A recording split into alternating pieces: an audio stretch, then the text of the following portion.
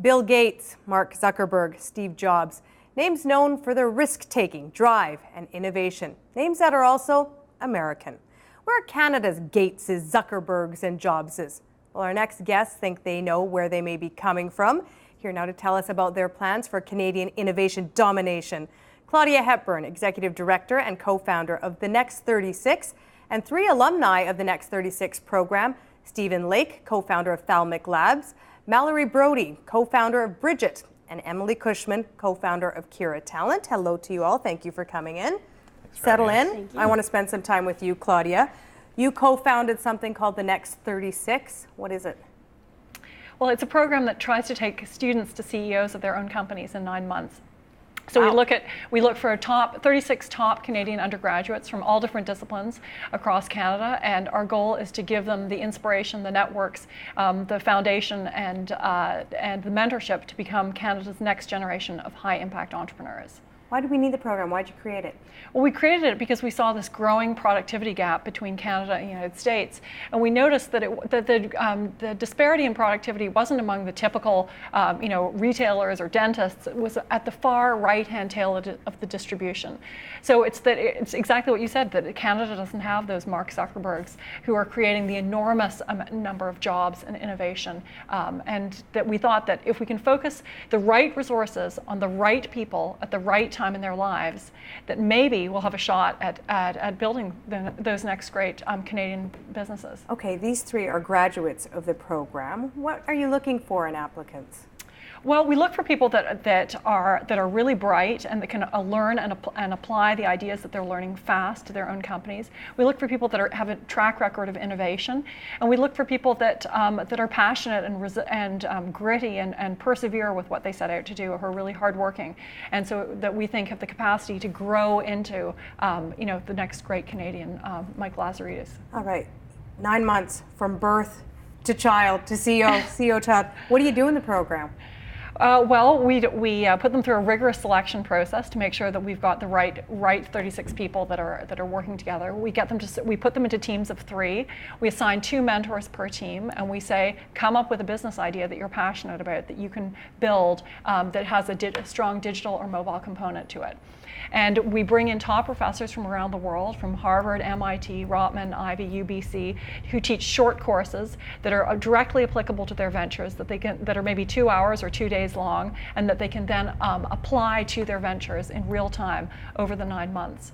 Sounds like you're taking a swipe at business schools. Are you replacing the business school by doing this? Well, business schools aren't designed to build entrepreneurs. They're designed to build corporate executives and middle management. So nobody would go to business school and come out with $80,000 worth of debt in order to start their own company. And in fact, our Harvard Business School professor, the first year he taught in the Next 36, came out and said, I don't understand why your young entrepreneurs are asking me better questions than my Harvard MBAs. And the reason is because they needed that course in entrepreneurial finance in order to apply to their term sheet that they were putting together the next week. So it's the theoretical principles being taught in the program are being applied in real time to real companies, and that combination, together with the great CEO level mentorship that really makes a difference in helping young people to solve the problems that they need to learn. When they graduate, what do they get from you? Do they get some money to go fund their projects? How does it work? So our top companies in the Next 36 get up to $95,000 of investment from our investors. And then they can use that for their first stage to get them to their seed round. And so after they graduate, Mallory here, for instance, has just graduated in August from the Next 36. She had that full $95,000 for Bridget, her company, and it has already closed a round of financing from other third-party investors to take her company to the next stage. All right. Nice segue, Mallory. Hello. How'd you get into entrepreneurship? So it all started, I guess, when I was first even applying to university, and I had heard that Ivy at Western had a really wonderful business school and entrepreneurship institute. And that just, I guess, compared to other programs, just sort of piqued my interest. So right from there, I knew that someday I either wanted to be high up in a company or I could alternatively have my own company and get there a lot faster. So I went to Ivy knowing that I could get the business foundation there, but throughout those classes, I started to learn that, I really did want to have my own company. So while I was still in school, I became part of the entrepreneurship clubs on campus. I got involved with the business incubator on campus, and I started my own online student art gallery while I was still in school. And that sort of got me the foundation of what it was like to run my own company. And then obviously, after I went through the Next 36, I now have a much more clear idea about how to sort of approach that and be successful. All right, Stephen, you're like the old guy at the table. You're a graduate from the first cohort. What got you into entrepreneurship? What was your start? Yeah, actually, I started my first company when I was 13 years old. So I'm the old guy both, I guess, of the table, I guess. But it's been a few years as well since then. I'm no longer 13. How old are you? Barely look a day Everyone's older. wondering now. 23. 23. So for a decade you've been doing this. For a decade. Sounds What'd like a you long start time. at 13? So I was 13. I used to have these radio control cars, remote control trucks, things like that. And they used to come with these incandescent lighting systems, so little bulbs as the headlights and taillights, and they would break when you crashed the car. And so at the same time, LEDs were just coming out. And so I built a lighting system that used LED lights in place of those incandescent bulbs for my own car. And I had a friend who was like, that's kind of cool, can you make me one? So I said, sure. And then next thing I knew, I had an e-commerce website set up and customers like all over the world. I was importing parts from China and Japan, my parents' basement, and like using my mom's vacuum sealer to make like packaging that I had printed on our inkjet printer at home. At 13? Yeah, so, but I don't know, it just kind of happened. It wasn't planned. You stumbled into it as a teenager. Stumbled into it, yeah, and then kind of grew from there. When I was in high school, I had a DJ entertainment company in Toronto doing weddings, corporate events, high school dances, and then went to university. Studied engineering at Waterloo, and then when I graduated earlier 2012, with two friends of mine, started a company called Thalmic Labs. Entrepreneurship in your blood, to your family? My mom's a photographer actually, and she runs her own photographic company. My dad now runs his own business as well, actually. So the three of us all, and my younger sister maybe someday as well. She's just finishing up university. Who knows? Okay. Emily, how'd you get into entrepreneurship? So I never really expected to be an entrepreneur ever. I applied to university for engineering, for science, for math, and kind of stumbled into business. Really went through university thinking I would work on the corporate side of things. Again, never really thought of myself as an entrepreneur at all. I was a piano teacher all through school. That was kind of my own little, I guess, business now that I think about it that I was running. And then it really wasn't until I got involved in my third year to one of the kind of nonprofit student clubs on campus. And basically the way it worked is that you did all of these micro businesses. So we did a lot of freelance consulting for small businesses. And then we literally took all of the money generated from that and funded these social causes. And this was everything from going into high schools and doing these microfinance programs to like refurbishing old computers to give to families in need. And really, it was very entrepreneurial, everything that we were doing, except, a lot of it you were doing with no money. So you were kind of building this organization. We took it, I ended up, kind of becoming president of the Windsor chapter. We took it from 16 to just over 110 members that year. And, really it gave you a good sense of what it was like to build a company, to really build a business. And then kind of stumbled into the Next 36, literally sitting in a finance class, overseeing, someone's shoulder, looking at the website, thinking, oh my God, that sounds really cool. I think I'll apply. I had no idea what it was about, and that was how I got into it. Still play the piano? I do. Don't teach anymore. You don't teach anymore? No, not as much. Okay. I want to go through this with each of you because I want to talk about your companies. Mallory, let's start with you. Tell us about Bridget. What is it? Yeah, so Bridget is a communication platform for the construction industry. So we've basically developed a mobile and a web platform that helps with a process called deficiency management on site. So it basically helps the general contractors coordinate with the subcontractors. How? So through the mobile technology, a general contractor can basically take a picture of an issue, which we call a deficiency on site. It could be a crack in the drywall, for instance, and they can immediately assign it to the subcontractor responsible. So it could be the drywaller or the painter, and then the subcontractor will get the notifications immediately, and this sort of helps prevent the massive delays that we see on construction sites quite frequently. Where'd you come up with this idea? So my co-founder Lauren, she's a civil engineer, and she worked at a company called Vector Corrosion Technology. She worked on site throughout all of her co-op terms. So when we got together with the Next 36, she instantly said, I have experience in the construction industry. I know that there's issues there that we could solve with mobile technology. Let's start there. And then so together, throughout our last semester of university, we basically went out onto construction sites every morning before class, every chance we got, and spoke with as many site supervisors and project managers as we could. And time again, everyone kept saying deficiency management is the biggest pain point. In layman's term, what are the issues? that we're seeing on site. It could really be anything. It completely depends on the type of project. It could be that an electrician scratched the wall by accident and now there's a crack in the drywall or a paint issue. It could be that the wrong tile was installed. I'm sure lots of people that are building their own condos right now, as they move into them, they'll start to spot deficiencies on their own. So you don't need to be an expert to spot them all the time. So we need this, the world needs this. So give us your pitch. Why do we need this? Yeah, definitely. So we're actually developing right now a consumer version of the application for homeowners, so they can better coordinate with the different subcontractors that they're dealing with. We're finding that a lot of homeowners aren't used to managing construction projects. They've never done it before. So hopefully that will be helpful to the average person watching this show tonight. And general contractors, obviously, it's a much bigger, more complicated issue for them. But so far, don't have the consumer one yet. How's it been received? So we're on 9 beta tests right now. So different companies from across Canada are using Bridget, which is really exciting. Every day we're seeing more and more deficiencies logged, so it's an exciting time for us. And they're loving it so far. We're getting lots of good feedback, very similar feedback across companies, which is helpful from a development perspective, but much easier than writing on the side of a Timbit box or in a notebook and then typing it up later in Excel, typically. Okay. All right. Stephen, try and go up against that. Tell us about your company. Tough act to follow. So we build a technology we call Myo, and Myo is a gesture control interface. So it's basically an armband worn on the forearm. It picks up the electrical activity from the muscles in your forearm. We can see it on the video here. We're showing it. So exactly, we can detect all those motions, so the gestures, movements of your hands and fingers, and then plug that in wirelessly to a computer, gaming system, mobile device, helicopter, whatever you can think of. So a new way to interface us as humans with the digital world and kind of plunge our hands in there. Okay, in this video, we were just seeing a guy playing a video game, shooting at the screen. Tell me, perhaps beyond video games, why the world needs your product. So actually, we started working on this having worked in this area of wearable technology. And so we, being my 2 co-founders, I went to school with at Waterloo, all mechatronics engineers. And we had done some work while in school, and one project we worked on was a device for the blind to help them navigate. And so it was a belt that would be worn, and it had sensors in it, a laser that would detect obstacles and walls and objects in front of them, and actually translate that into tactile feedback. So they could sort of see by feeling the obstacles in front of them. And they got us interested in the question of, well, if we can help those who are disabled kind of restore or regain some of their senses, how can wearable technology actually help the rest of us, have enhanced abilities or do new things? And so that's where we came from. And we saw that a lot of work had been done on the output sort of interface, like the glass and Google's Glass product, you've seen that, or the screens and displays, but there hadn't been a good interaction or input technology yet.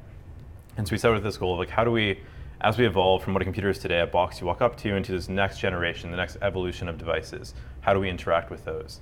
What could that interface be? And we said, we use our hands, for everything in the real world, to pick up this glass, to operate a light switch on the wall. Why don't we use our hands as the interface to the next generation of computing? And that's where the idea came from. How many years has Myo been in development and been out there? We've been about 1.5 years in development now, so we've grown How's it been received? Very well. We launched pre-orders for the device earlier this year. I think we last announced 30,000 devices pre-sold to consumers in 147 countries across the world right now. How much does it cost me? $149. 149 bucks. Getmyo.com or thelmic.com. You can check it out on there. We've grown from, it was the 3 of us a year ago, so about 40 employees now, headquartered in Kitchener-Waterloo, about an hour from Toronto, and growing pretty quick. Emily, tell us about your company, Kira Talent. So Kira Talent is an online video screening platform. So essentially the way it works is, if I'm a recruiter and I'm looking to hire applicants for a particular job, I would send out video questions, or I'd kind of embed them into an online application so that if I'm a job applicant, I'd see the video question play once, little timer would come on screen, give me 30, 40 seconds to think about it, and then my webcam would automatically turn on and start recording my video response. So these applicant, response videos get sent back to the employer, and it kind of becomes this, YouTube for hiring, where essentially they have playlists of applicants that they can use to determine, should these people be brought for the in-person interview. So like the first interview, but it's more in person because you can see the person rather than being on the phone and yakking with them on the phone. Yeah, for sure. It's like a screening, it's a screening interview. It's meant to replace the traditional phone interview that generally is, 15, 20 minutes, plus scheduling, plus all these other conflicts. And the way that this works is that the hiring manager records questions once, sends them out, can cast a much wider net. Instead of having to call 20 people, can send this out to 50 or 100, and still screen these applicants in 1/3 of the time or less. What was wrong with the phone interview? Why does the world need your product? So many things are wrong with the phone interview. So as I mentioned, there's already the scheduling part of it. There's also the fact that it's very isolated. When you think about a phone interview, there's one person on each side. Usually the person's frantically taking down notes in the applicant tracking system. It's not very collaborative. These notes come in one way, and then you're making decisions based on that, who should be brought in person. Most times you're making wrong decisions, so you're having to bring more people, which is travel cost. And it's just, it really piles up. It's costing organizations millions of dollars, and, Kira solves that. Okay, Claudia, you're like a proud mother. Your children are doing so well. I am. But I'm wondering, you've done 3 years, 36 a year. What does that make? 100 and some? Yes, we're just over 100 okay. alumni. Are all your children as successful? Are all their businesses successful as these three? No, obviously not. Entrepreneurship is about trying and learning and many times failing. For instance, Stephen's company that he started in the Next 36 was not a successful company, but I think you would say that you took the tools and learning out of the Next 36 and applied that immediately to start a company that is very promising. So many of our entrepreneurs have built successful businesses either during the Next 36 or afterwards, and we think that many of them that are still in university, some are doing postgraduate degrees, and we hope that once they get those degrees, they will apply the entrepreneurial foundation with their academic to produce something even more interesting. Okay, I want to read you guys something that Northrop Frye wrote. You guys know him? Literary critic, Canadian. Here's what he wrote. Americans like to make money. Canadians like to audit it. I know no other country where accountants have a higher social and moral standard. Stephen, no offense to the Chartered Professional Accountants of Ontario, but do you think Canadians are entrepreneurial? I think Canadians are very entrepreneurial. We might be more risk averse than our American counterparts, and specifically our Silicon Valley counterparts. But no, definitely Canadians are entrepreneurial. Like, we have high rates of innovation in Canada. I think the gap really is that commercialization of innovation and building really large, successful companies out of that. Sort of the typical path Canadian company is grow it to 40, 50 people, maybe you get sold to a big American corporation for $50 to $100 million. That's kind of the typical tech company path in Canada. There's very few that make it beyond that to the billion-dollar companies, the BlackBerrys or the Nortels of the world, on the way up at least. But in Silicon Valley, you said it happened all the time, and so it's going for the big bar. I think we've got to really push for it. Emily, do you agree? Do you see Canada have this great entrepreneurial spirit? Yeah, I do. I mean, I think it really does come down to kind of the mindset that comes with that. As Stephen mentioned, a lot of people, they consider it a success to grow a business to that standard. And, it is a success. But, a lot of people, again, they sell their companies early. And, they kind of think they get out while they can, and as opposed to really, sticking it in for the long run, which I think is something that it is a mentality thing. It's something that will have to, trickle down to the universities and the school system to be ingrained in the culture coming up. You went to business school. Yes, I did. How many students did you graduate with? Do you remember? Just over 500 were in my graduating class. Okay, so you didn't know all of them, but those that you did know, and those that you heard of, and those that you didn't want to know, did a lot of them want to become entrepreneurs, or what did they want to do once they graduated from school? Yeah, it's interesting because a big topic or trend seemed to be that a lot of students wanted to be entrepreneurs. They wanted to have their own company at some point in time, but it was never right then. It wasn't right when they were graduating. So a lot of them were kind of deferring that entrepreneurial route and wanted to first get the foundation in consulting or investment banking or accounting, which is wonderful, and I'm sure a great foundation. A lot of successful entrepreneurs did go that route, but there seems to be sort of this fear about doing it right out of school. And I think the Next 36 actually kind of really helps bridge that, because even if your venture in the Next 36 isn't successful, you're still part of this well-known program with very important mentors and successful people sort of associated with it, so you don't feel like you failed necessarily because you still have this wonderful program to be a part of. Oh, okay, but you talked about the fear of failure for your classmates. You had the Next 36. Not everyone did. Did university prepare you for starting your own business? Could you have done it without the Next 36? I think I could have done it, but not as quickly. I think it would have taken me a couple more big failures before I even really, ever raised a round of financing or anything. They definitely teach you the foundations of business, but even in my entrepreneurial finance class, for instance, they didn't really walk you through the steps of raising money, and it wasn't until when Stephen Lake actually came into one of our Next 36 classes, that he really said, okay, this is what it's like in the real world. So I think if universities want to have more entrepreneurs graduating and pursuing their own businesses right when they're done school, then they need to have young entrepreneurs come in and really walk them through the steps of what it's like.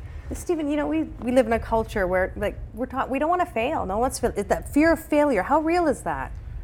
Could be. I mean, it's not. I don't think it's not a driving force for the entrepreneurs. I know that's the reason they're entrepreneurs, is that they're not too afraid of failing. I think Mallory's point there of wanting to have a safe cushion to fall on is really kind of the pinnacle of the problem there, is because we think, yeah, I'll graduate and for 2 years I'll work for a big consulting company, or I'll spend a couple years, get some more experience first. But then suddenly it's like, got a big raise, I'll stay one more year maybe, and then it's all of a sudden kids and a partner or a house or something, and then it's, oh, I can't take the risk now, and suddenly it's too late. I think that happens over and over, and many friends of mine are very entrepreneurial minded, but they kind of have that same mentality. It's, I'll take a couple years first, have a safe cushion, and of course by the time they get there it's too late and they've already gotten that lifestyle. So the big question is, what separates you from them? Why aren't you scared to fail? It's a good question. I don't know the answer. I mean, a little bit of naivety maybe, and just willing to fall on my face a bit. I don't know. It's probably really a good question for anyone.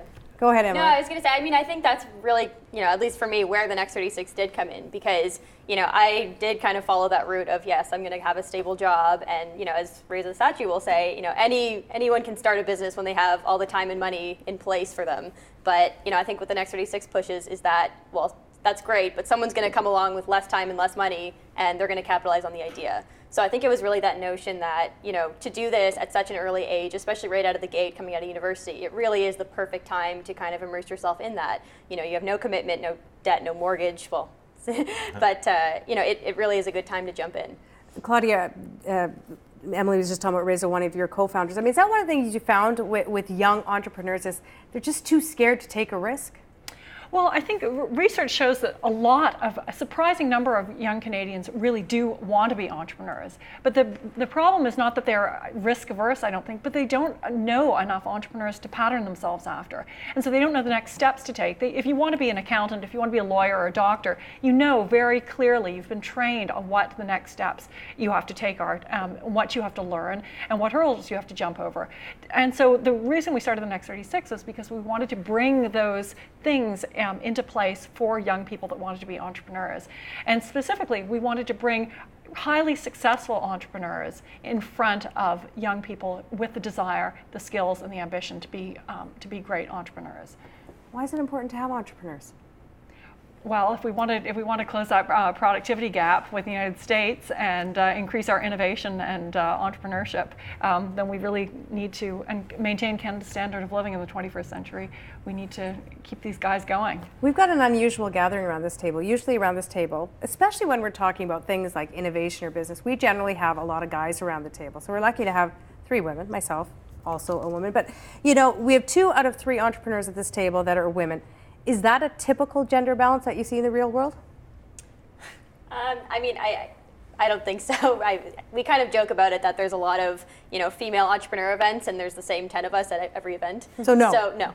I think there is a lot of room for more female entrepreneurs to kind of come into the ring, and I think it will happen more. I think a lot of it. There's been a lot of debates, but it's always come back to for software companies, you need to have a computer science background, you need to know how to code, you need to have that skill set, and when you look in the classrooms of the major universities, it's not balanced, and until that happens, or until more ladies learning code and these other programs come up, you're not going to see that. You're one of the other 10 women at this event that she goes to? I guess I haven't been to that exact one, but I've had similar experiences, definitely. And at Bridget, we're definitely using that as a point of differentiation. There aren't that many females in software or in construction, and right now we're a team of 4 females, and it wasn't even on purpose. It just kind of so happened that our team formed in that way, but it's been great so far to kind of provide entrepreneurial opportunities to other women that maybe wouldn't have taken the leap of faith otherwise. So, all right, Claudia, dig into this a little bit more. Why aren't we seeing? I mean, she talked about coding and computer science. Is that the problem, that we have traditional male-dominated areas that are being entrepreneurs and women just don't want to get into it? Well, I think there are a lot. I think, first of all, I think Emily did a fantastic job of answering the question. So I agree with everything that Emily said there. I think that Canada does have a lot of women entrepreneurs. Most of them are small business owners and self-employed. Where we have an extreme shortage is in digital and mobile. And, that is a tremendous area for growth that we're going to see in the next, 25 years. So we really need to encourage bright young women to get those skills. I mean, I have a daughter, and it's important for me to have my daughter learn coding skills, just as it's important for my sons to learn coding skills, because I see that as a new second language. It's not just, French and Latin. All right, Stephen, I'm not going to put you on the spot about why we don't have enough women entrepreneurs, but you are the only one here that didn't go to business school. You started when you were 13. Didn't need to go to business school? Did it make it more difficult, do you think, in the long run to start a business? I think a lot of the skills that you would learn in business school, either you can pick up by making mistakes along the way, kind of the hard knocks way, through programs like the Next 36. And I think a lot of, little bits and pieces of the curriculum that might be in, an MBA program were actually delivered through the program. So a great example Claudia gave earlier is on the term sheet side or financing side. And so we went out earlier this year, we raised a Series A financing. Series A is like the first big round of venture capital that a tech company will go through generally. And so we raised $14.5 million from pretty sophisticated investors in the US, and we had all these term sheets on the table, and we were negotiating kind of toe-to-toe with professionals that do this all the time. And they were quite surprised, actually, that my two co-founders and I could actually go through all those terms and say, no, you're not throwing that in there, I don't think that's going to work out, because we had seen those already in the class of the Next 36. And so things like that help a lot. But I don't think it's necessary to have a business degree necessarily. You can always bring on co-founders or management talent when you're at the scale where it makes sense to have that knowledge base. All right, Emily, I asked Claudia this at the beginning. Is an indictment of business schools that you needed to go to a program like the Next 36 to get you to the next step? From my personal experience, yes. When I think back to my degree, everything I learned that was entrepreneurial was learned through my extracurriculars, through the nonprofit I was in, through my own teaching, dealing with parents. That was really where I got the skills that I still, rely on today. Business school, as Claudia mentioned, trains you for corporate and middle management, and they do a good job at it because a lot of people go into those fields. But I think the Next 36, it really provided that mini degree in startup, which most people don't have. Okay. We got about 2 minutes left, and we're going to talk to Claudia a bit later about this, but I want to ask the three young people at the table. Mallory, let me start with you. How do you think we can make Canada a more entrepreneurial place? I think it's definitely about people like the folks around this table going back to their universities, speaking at their schools and wherever they can basically reach youth, high schools, elementary schools, wherever, and talking about their experiences, because I know through my experience at Ivy, we had many great entrepreneurs come speak, but it was more difficult to relate just because of the generation gap. So I think more young people actually need to be giving back much sooner than maybe they would have ever expected that they were giving back, and that could really help encourage more young entrepreneurs to do it right out of school. All right, Emily. What do we need to do? What's one thing we could do to make this country a more entrepreneurial place? So I mean, I can go on the fact that there's lots of incubator programs, and those have been super helpful. But I mean, even to Mallory's point, I think it really does. It comes back to guiding, the people who are going through the education right now, the education system right now, and what are the next steps. So to Claudia's point before, the biggest barrier is that people don't know what to do next in terms of starting companies. I just went to the University of Windsor this past week, spoke to a group of 200 engineering students. They all had business ideas, they all had prototypes, and it was amazing, but they didn't know what to do next. And that's really where, I think it, to Mallory's point, you need people coming back saying, here are the steps, even if it's just sending them a list of, the different incubator programs out there and which ones might be a fit for them. Stephen, you got 30 seconds. Yeah, so I'm going to actually build on Mallory's point. I think that's really a key part of it is this cycle. And so they have, if you look at Silicon Valley, something called the PayPal Mafia. And these were the earliest employees, founders, and investors in PayPal. And PayPal was sold almost 10 years ago. And now those early employees can be traced to the roots of most of the Web 2.0 companies based there, huge amounts of successful companies. And we haven't yet had in Canada this cycle where exits from earlier companies have really been reinvested back in the community. And so that's investment through mentorship of these employees and founders, mentoring the next generation of entrepreneurs, but also investment directly in them. And so I think that closed cycle is really, really important to building an ecosystem that will sustain and also grow from there. All right, I want to thank all of you. Claudia, stick around. Thank you for coming, and look forward to talking to you in 10 years when you got really successful companies, and we'll be calling you the Zuckerbergs of Canada. Thanks a lot. Thank you. Thanks a lot. Support Ontario's public television. Donate at tvo.org.